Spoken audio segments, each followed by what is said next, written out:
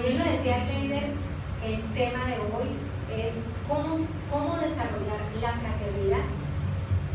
Para poder comprender cómo debemos desarrollarla, es necesario que sepamos qué es la fraternidad, cómo está definido allí en el diccionario, en Google. Encontramos la definición de fraternidad como afecto y confianza propia de hermanos o de personas que se tratan como hermanos.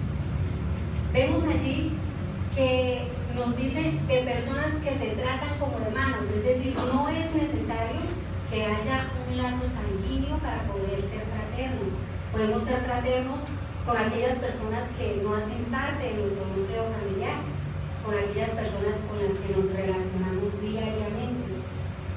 El espiritismo, a través de uno de sus postulados, que es la reencarnación, nos habla que los lazos familiares van más allá de la consanguinidad, porque cuando nosotros vemos a nuestro vecino, a nuestro amigo, de pronto esa persona en una existencia anterior fue parte de nuestro núcleo familiar, es decir, ya estamos extendiendo esos lazos familiares en el círculo social donde nos desarrollamos. Entonces, a través de la reencarnación, de las diferentes existencias, vamos acrecentando, vamos extendiendo esos lazos de unión, de fraternidad. En el Evangelio de Lucas, capítulo 10, del versículo 25 al 37, Jesús nos dejó una enseñanza maravillosa que muchos de nosotros recordamos, y es la parábola del buen samaritano. Allí en esta parábola Jesús nos invita, nos enseña el sentido de la verdadera fraternidad, cómo debemos comportarnos nosotros con relación a nuestro prójimo, cómo debemos actuar en las diferentes situaciones. Y nos narra que pasaba un hombre y fue asaltado por unos ladrones, los cuales lo despojaron de todo, causándole múltiples heridas, dejándolo allí abandonado en el camino. Pasó un sacerdote, el cual siguió de largo. Pasó un levita, también siguió su camino, pero se detuvo allí el samaritano, quien buscó los aceites, las vendas para curarlo, para brindarle esa atención que él requería. Lo ayudó, lo levantó, lo llevó a un alojamiento y allí le dijo a los que deben: cuídalo y yo te pagaré. Lo que salga de más, te lo pagaré, pero por favor, cuídalo. Entonces, en esta enseñanza maravillosa ya nos dijo Jesús hace más de 2000 años cómo debemos actuar en relación con nuestro prójimo. Y esa es la base de la verdadera fraternidad, el poder sentir por aquella persona que es extraña para nosotros, porque él no lo conocía, no se conocían. Esa persona que no lleva nuestra sangre, el poderla ver como un hermano, el poderle tender la mano en esa necesidad, extenderle nuestra ayuda, nuestra palabra de ánimo. Eso es el principio de la fraternidad a la cual nos invita Jesús. Y en el Evangelio según el Espiritismo, en el capítulo 11, nos dice: amar al prójimo como a sí mismo, hacer por los otros lo que quisiéramos que los otros hiciesen por nosotros, es la expresión más completa de la caridad, porque resume todos los deberes del hombre para con el prójimo. Es una regla de conducta, es una guía segura la que tenemos allí, el hacer a los demás lo que quisiéramos que nos hiciesen a nosotros. Si basamos nuestra vida en esa regla, en ese derrotero, podemos ir sembrando en los demás ese amor, esa comprensión, porque si nosotros exigimos aquello que no damos, estamos siendo injustos, ¿verdad? Entonces, si no dispensamos a nuestro semejante esa comprensión, esa tolerancia que exigimos para nosotros, no estamos aplicando esa fraternidad, esa justicia. Entonces, ese es el llamado, el actuar para con los demás como nos gustaría que actuaran con nosotros. La práctica de esas máximas tiende a la destrucción del egoísmo. Cuando los hombres las adopten como regla de conducta y como base de sus instituciones, comprenderán la verdadera fraternidad y harán que reine entre ellos la paz y la justicia. Ya no habrá odios ni disensiones, sino unión, concordia y benevolencia mutua. Entonces vemos que la práctica de ese amor al prójimo nos va a llevar a destruir la raíz, esa raíz que es el egoísmo. Ese egoísmo nos impide amar libremente, amar sin condición, el poder dar todo por nuestro prójimo. Entonces, esa es la clave, destruir el egoísmo. Primera clave para poder desarrollar la fraternidad.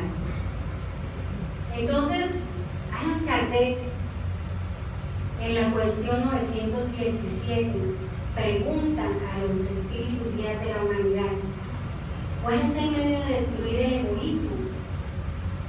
Es importante conocer esta respuesta, porque se nos ha dicho que el egoísmo es el cáncer de la humanidad. Y los espíritus responden: el egoísmo es la imperfección más difícil de desarraigar de los seres humanos, porque guarda relación con la influencia de la materia, de la cual el hombre no ha podido despojarse y de la cual está muy cerca. En la medida en que nosotros estamos más inmersos en la materialidad, se nos hace más difícil la destrucción de ese egoísmo, porque es predominante. Y nos dice: el egoísmo habrá de debilitarse a medida que predomine la vida moral sobre la vida material, y en especial mediante la comprensión que el espiritismo os ofrece de vuestro estado futuro real. Nuestro estado futuro real, es decir, la vida en el mundo espiritual, más allá de este instrumento físico que dejamos acá al momento en que ya deja de existir la vida en este cuerpo. Entonces, vale la pena que reflexionemos qué tanto tiempo estamos nosotros dedicando a esa educación moral, que a la larga es la que nos va a ayudar en la verdadera vida, que es la vida espiritual. ¿Cuánto tiempo de nuestro día dedicamos nosotros para educarnos moralmente? ¿Cómo nos educamos moralmente? Leyendo el Evangelio, leyendo obras edificantes. El espiritismo nos ha dejado muchas obras en las cuales podemos encontrar ese alimento espiritual que nutra nuestra alma. Cuando nosotros deseamos surgir en nuestra vida profesional, en una carrera universitaria, en una especialización, en un doctorado, en fin, etc., dedicamos mucho tiempo, dedicamos esfuerzo, dedicamos horas, en fin, por poder lograr y alcanzar esa meta que nos hemos propuesto, esa meta intelectual, que es muy bien que lo podamos lograr, que lo podamos hacer, ¿sí? Pero sin dejar de lado también esa educación moral que nos permita cultivar en nosotros esos valores de la solidaridad, del respeto, del amor, de la comprensión, de la tolerancia. Entonces, esa es una de las formas como podemos empezar a desarrollar esa fraternidad nosotros, educándonos. La fraternidad supone el desinterés, la abnegación de la personalidad. Con la verdadera fraternidad, el orgullo es una anomalía. Muchas veces nos sorprendemos cuando vemos una noticia de que alguien hizo una obra por un grupo de personas, una obra noble, ¿sí? Lo resaltamos, nos sentimos sensibilizados ante esas buenas noticias porque son buenas acciones que personas hacen por otras. Pero cuando se llega a implantar la verdadera fraternidad en nosotros, en la humanidad, ya lo que será anormal será las acciones egoístas, las acciones de orgullo. Ya el orgullo será una anomalía. Entonces, esas acciones buenas ya simplemente serán parte de nuestra cotidianidad y no nos van a sorprender porque será algo ya común, una conquista ya lograda. Y el que de pronto no vaya acorde con esos comportamientos, con esas buenas acciones, serán vistos como cosas ya anormales, cosas extrañas que están sucediendo. Ya el orgullo será una anomalía. En el libro Las leyes morales de la vida, psicografiado por Vivaldo Franco, por el espíritu Juana de Ángelis, nos dice Juana que el hombre es un ser gregario, es decir, es un ser que nació para vivir en comunidad. El hombre es un ser social. Y aquellos que buscan extraerse del mundo con el pretexto de estar en contacto con Dios, de estar en comunión con Dios, como aquellas personas que conocemos con el nombre de ermitaños, que están allí aislados, que no tienen contacto con nadie, sino simplemente en oración. Son personas que están violentando una ley natural, porque la ley de sociedad es una ley que se encuentra en la naturaleza. Y en el libro de los Espíritus nos dice que el hombre está facultado del habla, de todas las facultades de relación precisamente para eso, para poder relacionarse unos con otros y poder ejercitar esa comprensión, ejercitar esos valores que van a permitirnos ir escalando en el progreso. Y nos dice Juana, el cristianismo posee el extraordinario objetivo de crear una sociedad equilibrada, en la cual todos sus miembros sean solidarios entre sí. Aquellas personas que dicen, bueno, pero es que yo no soy del mundo, hemos oído, ¿no?, que no debemos ser del mundo, pero esa negación del mundo, el negar el mundo, no quiere decir apartarnos de él, sino lo que quiere decir es que debemos crear condiciones nuevas que nos permitan modificar esas estructuras egoístas, esas estructuras negativas y poder crear esos recursos que transformen al mundo en un mundo de paz, de armonía, un producto de tranquilidad.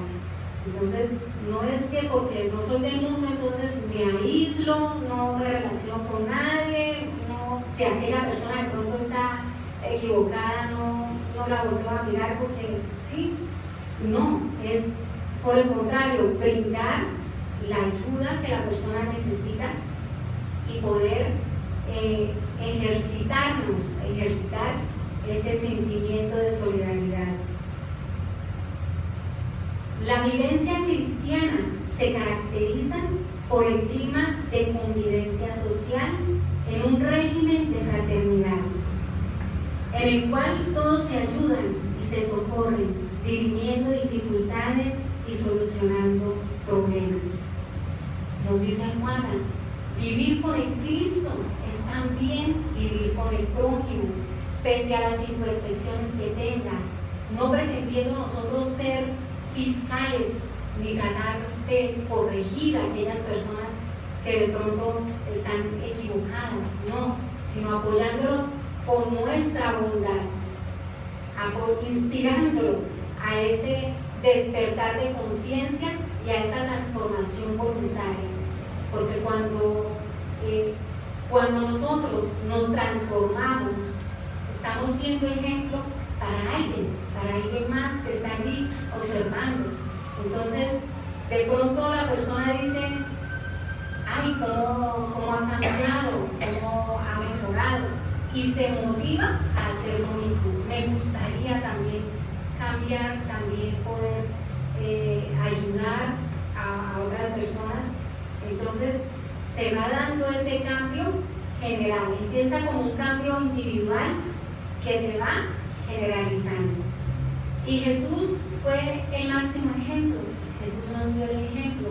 Él descendió de las zonas superiores de felicidad, descendió a los valles de aflicciones, convocó a los desdichados, a los infelices, a los equivocados, a los rechazados, soportándolos y amándolos. Entonces ahí está ese vivo ejemplo que tenemos de nuestro amado Maestro Jesús. Demuestra tu confianza en el Señor y la excelencia de tu fe mediante la convivencia con los hermanos más desdichados que tú mismo. Sé la lámpara prendida que les clarifica la marcha. Nada esperes de los otros. Sé tú quien ayuda, disculpa, comprende. Por lo general estamos nosotros esperando recibir la ayuda, recibir la comprensión, pero debemos nosotros también dar, disponernos a dar. Si nos equivocamos, dar esas disculpar. Si alguien se equivoca referente a nosotros, comprenderlo, ¿sí? Poder ofrecer de nosotros aquello que nos gustaría recibir también. Y nos dice hermano, si ellos te engañan o te traicionan, si te censuran o exigen lo que no dan, ámalos más, porque son más necesitados de socorro de lo que te imaginas. Entonces, si de pronto aquella persona es hiriente, es difícil, hay que amarla más, hay que brindarle más socorro, hay que brindarle más ayuda, porque está más necesitada de amor, más necesitada de comprensión.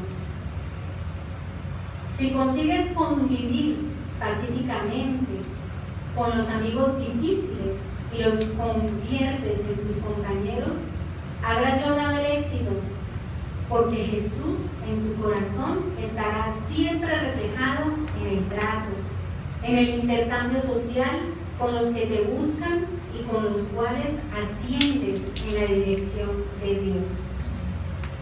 Entonces habremos logrado el éxito, no el éxito de las cosas materiales, sino ese éxito de esa conciencia tranquila de poder haber dado lo mejor en beneficio de las personas con las cuales convivo. En el libro Encuentro con la Paz y la Salud, también de Juana de Ángeles, por la mediunidad de Valor Franco, nos habla acerca de las crisis sociales. ¿Cómo surgen esas crisis sociales? Como efecto de las crisis existenciales en los individuos, surgen las de naturaleza social, que son inevitables, porque el grupo es el resultado del conjunto de las unidades. Entonces, si una persona está de cierta manera con situaciones con situaciones difíciles, ella va a perturbar a todo su grupo con el cual se relaciona. Cada uno de nosotros estamos vinculados o nos desarrollamos socialmente en diferentes ámbitos, en diferentes grupos sociales, en el hogar, en el trabajo, en el centro espírita. En todos estos lugares estamos nosotros siendo parte de una sociedad. Y con el cambio que cada uno haga allí, puede repercutir en la colectividad en la que se relaciona.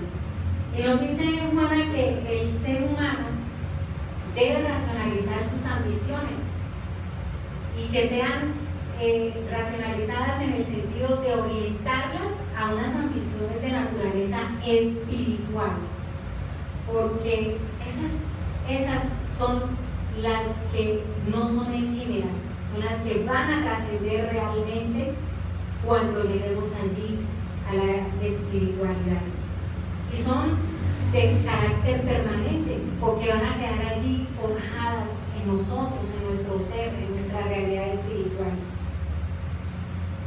Cuando esas ambiciones se vuelven ya exageradas, cuando ya vivimos simplemente en función de lo material, el individuo tiende a volverse verdugo de su propia paz y de la paz de los que lo rodean.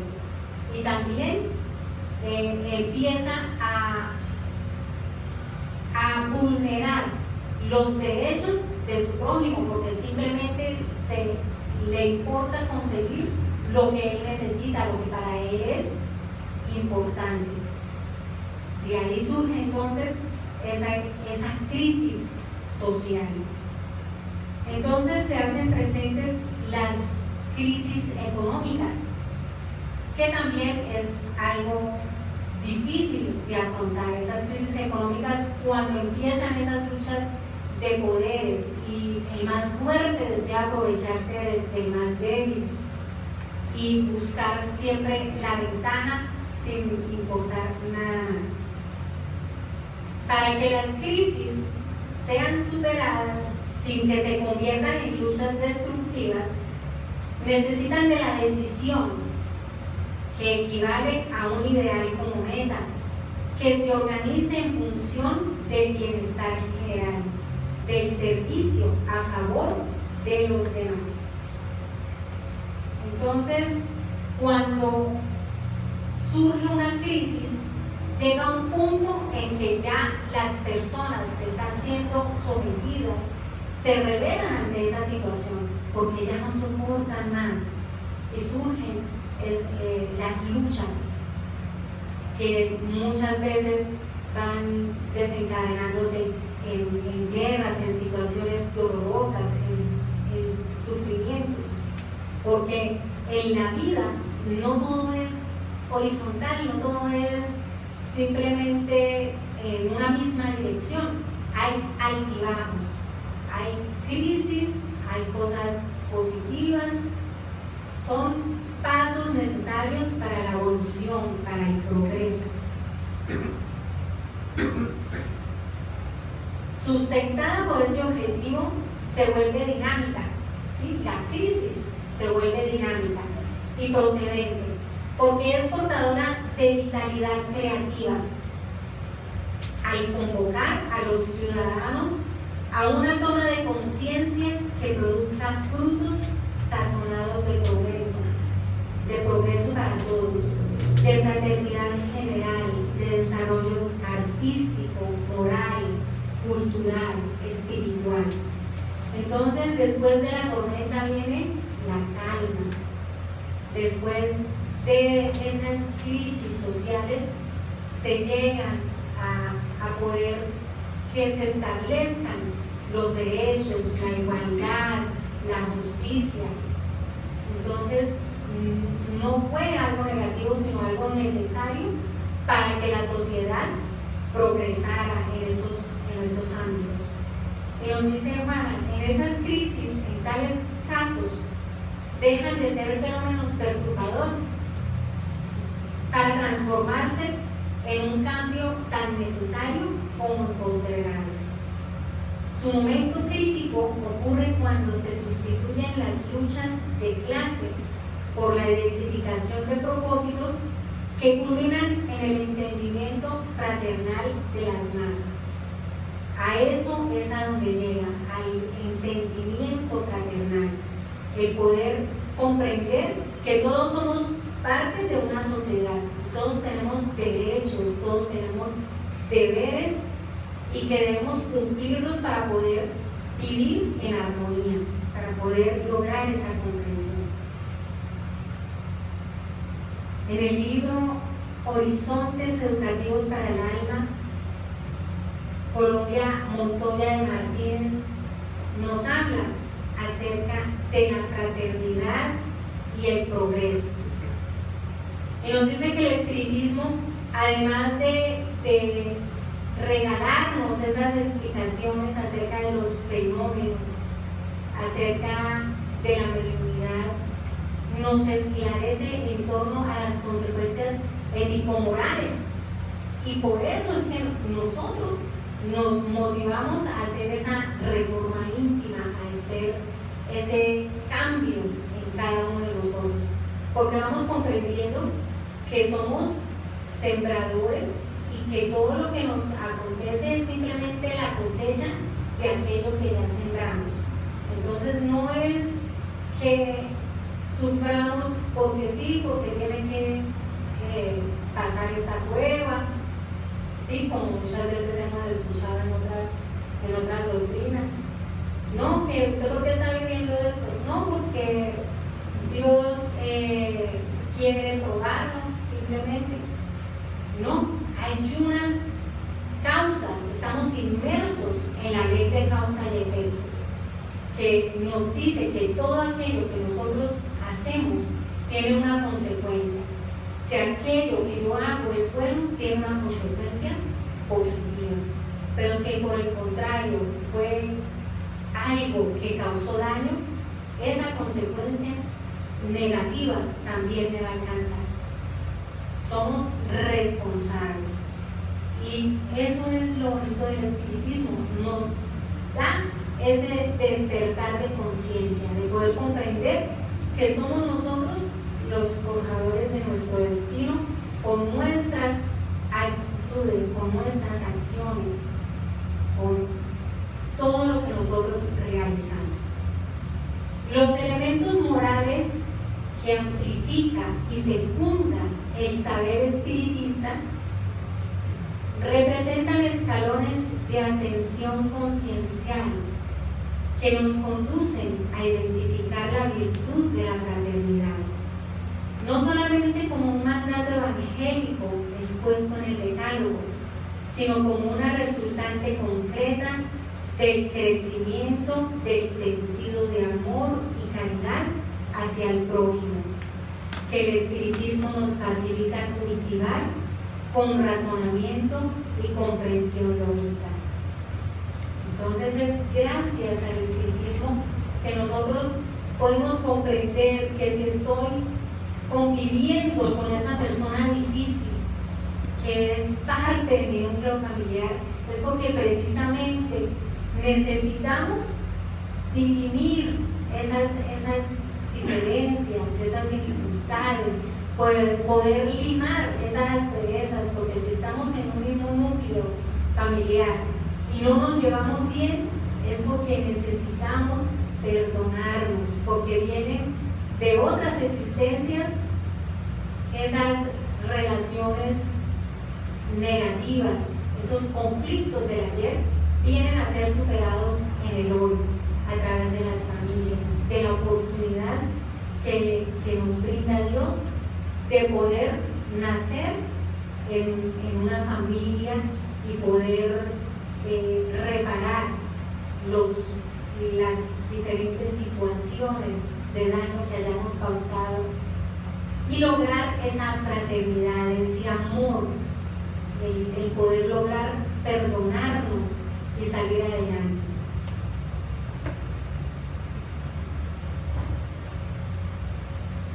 Nos dice también en este mismo libro, Colombia Montoya de Martínez, la ausencia del poder vivificante del amor expresado inicialmente como virtud fraterna hacia el prójimo, nos mantiene dentro del egocentrismo vanidoso y la incapacidad de entregarnos al servicio y práctica del bien.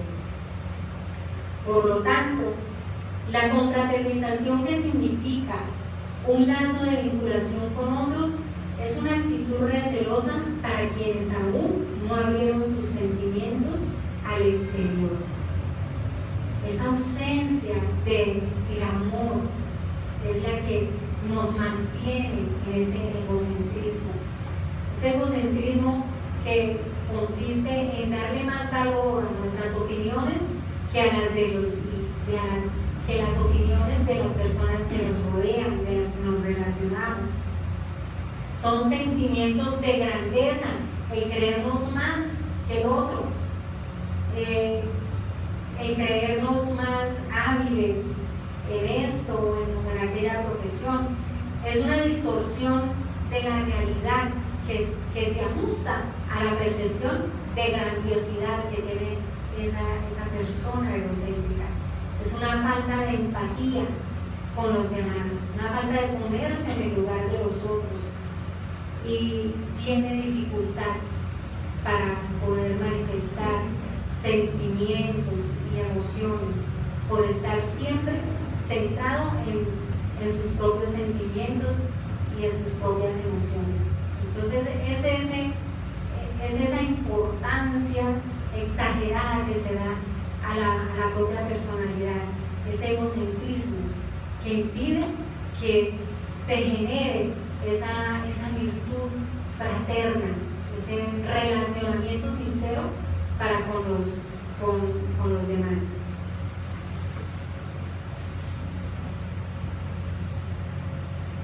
Por la fraternidad practicada cotidianamente, avanzamos hacia el progreso, es decir, adelantamos el camino de nuestra evolución, construyendo el edificio de perfección interna a través de actuaciones, obras, ejemplos, sacrificios que nos hacen mejorar espiritualmente. Cuando conocemos el espiritismo, nos lleva a despertar esa conciencia de reforma íntima, y como consecuencia está la fraternidad, y como consecuencia de esa fraternidad nos lleva al progreso.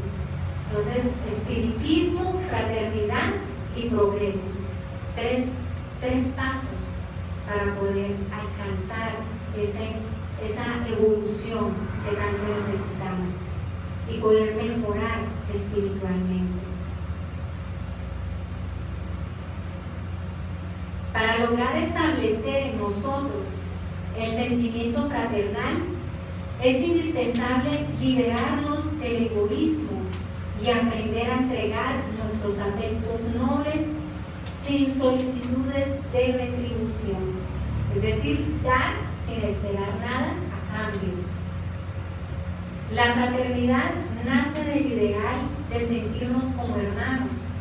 No basta repetirlo para realizarlo, hay que esforzarse para lograrlo y sacrificar nuestro comodismo. Debemos esforzarnos, mantener siempre presente esta realidad, que todos somos hermanos, todos somos hijos de Dios, todos, absolutamente todos, somos creación de Dios. En el libro Síntesis del Manual Práctico del Espírita, por Ney Prieto Pérez, nos dice que una de las características del egoísmo se ve manifestada en el individualismo, ¿sí? Porque el individualismo impide que haya solidaridad, porque solo se piensa en sí mismo. Entonces es una de las manifestaciones más comunes del egoísmo, el individualismo, y nos muestra los aspectos que se reconocen en las personas predominantemente individualistas. Entonces es importante que revisemos si de pronto nosotros estamos cayendo en algunas de estas acciones, o si de pronto identificamos que en algunos momentos tenemos estas actitudes, para poderlas corregir, para poder ir cambiando y modificando estas acciones.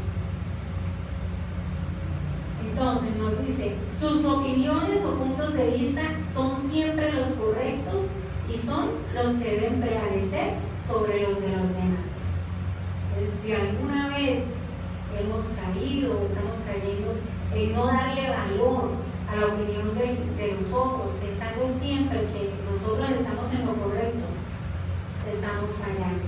Es necesario empezar a modificar, empezar a darle valor a lo que el prójimo opina, a lo que el prójimo entiende, o el punto de vista, ¿sí? Para poder ir empatizando. No es que a todo lo que nos digan nosotros, bueno, sí, estamos de acuerdo y vamos a hacer eso. No, se trata de simplemente el poder valorar la opinión de los demás y poder comprender que cada uno de nosotros estamos en un proceso evolutivo diferente. Unos un poquito más arriba, otros intermedio, ¿sí? Entonces no debemos exigir tampoco a las personas que ven de pronto lo que no tienen, ¿sí? Las experiencias propias son aquellas que sirven de referencia cuando se discuten con los otros, no considerando la importancia de las experiencias del prójimo.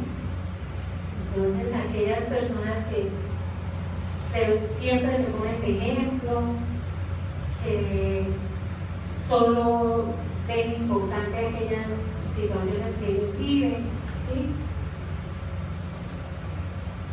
Las decisiones e iniciativas, cuando tiene un cargo de mando dentro de una sociedad, las toman casi siempre sin la participación de los demás.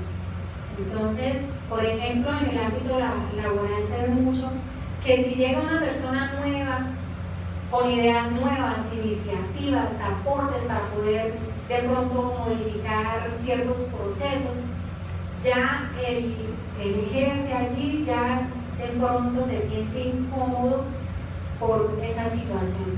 No le dan la oportunidad de experimentar una nueva forma de hacer las cosas, porque para él simplemente lo que tiene valor son sus propias ideas. Se fastidia fácilmente cuando es contrariado en sus ideas o deseos. Entonces, si de pronto alguien le dice, no, es que no es como usted piensa, de pronto se puede hacer de esta forma, ya es un motivo de incomodidad, de fastidio para esa persona. La obstinación y terquedad para revivir cuestiones pasadas y contiendas ya superadas en las cuales su opinión no fue seguida. Entonces encontramos personas que de pronto se quedan allí en ese momento, no, pero es que no me tuvo en cuenta, no me dijo, no me comunicó, no, y se quedan allí cuando eso ya fue una situación superada. ¿Por qué? Porque necesitan tener esa importancia, tener ese control de todo lo que se esté manejando a su alrededor. Entonces, si de pronto en alguno de estos aspectos estamos fallando, es importante primero reconocerlo, si estamos fallando, para proceder a corregirlo y empezar a mejorar, empezar a darle participación, a darle importancia a nuestro prójimo.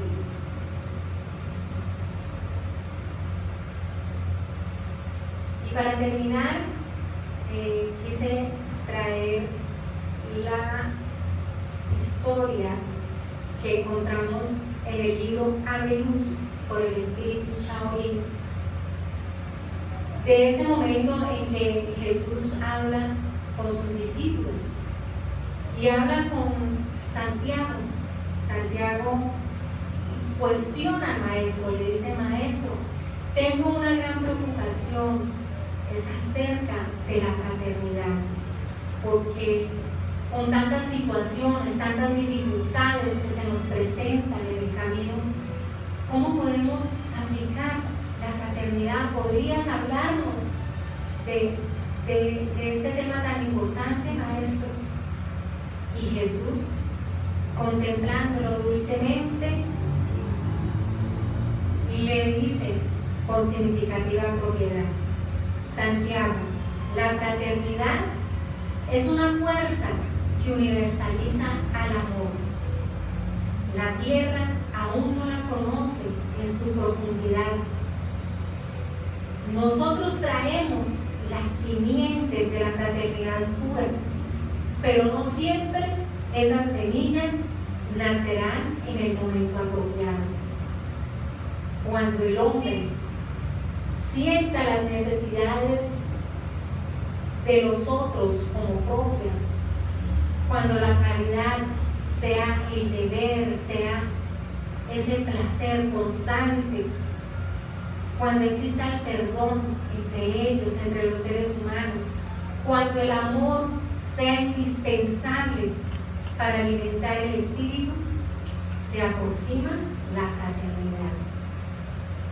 No existe hora para practicar la fraternidad.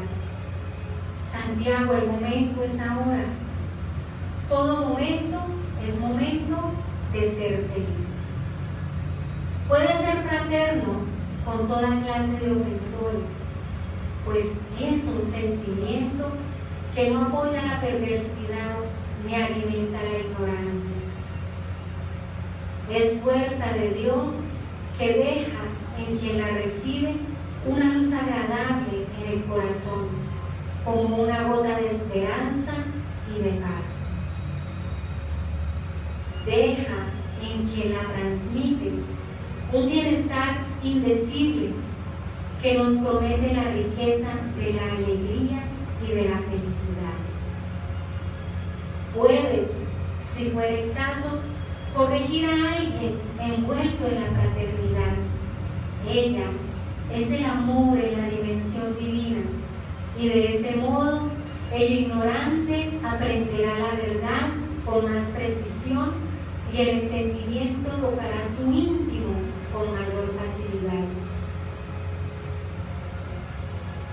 La fraternidad es un sol compuesto por todas las virtudes de Dios, y ciertamente deberá ser el patrimonio de los hombres, así como el amor universal es el atributo del Creador.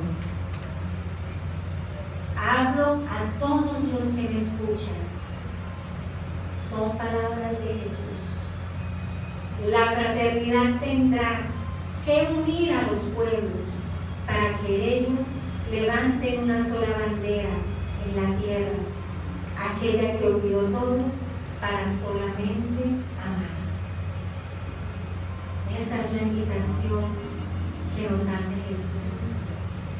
Esa es la enseñanza de Jesús acerca de la fraternidad, que nos la regala el Espiritismo a través del libro Ave Luz. Estamos llamados a amar, a brindarnos en amor al otro, a perdonar, a comprender, a forjar en nosotros la solidaridad, la caridad, el perdón, y de esa manera poder algún día elevar la bandera de la fraternidad en la humanidad. Muchas gracias.